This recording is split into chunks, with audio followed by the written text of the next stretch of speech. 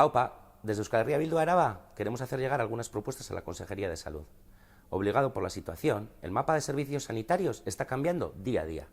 Un día se nos dice que los hospitales privados van a quedar en manos de la red pública, pero la realidad nos confirma que no se están derivando personas enfermas a estos centros.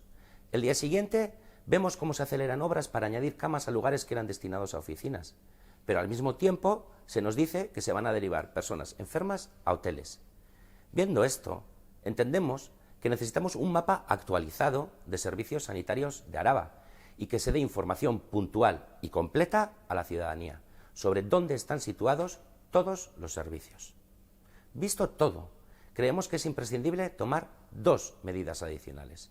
Por un lado, sumar la red de hospitales privados a la red pública, pero dándoles funciones concretas. De hecho, dos hospitales de Gasteiz, el Biza San José y el Quirón, disponen de 89 camas, que incrementarían en un 10% la disponibilidad de la red.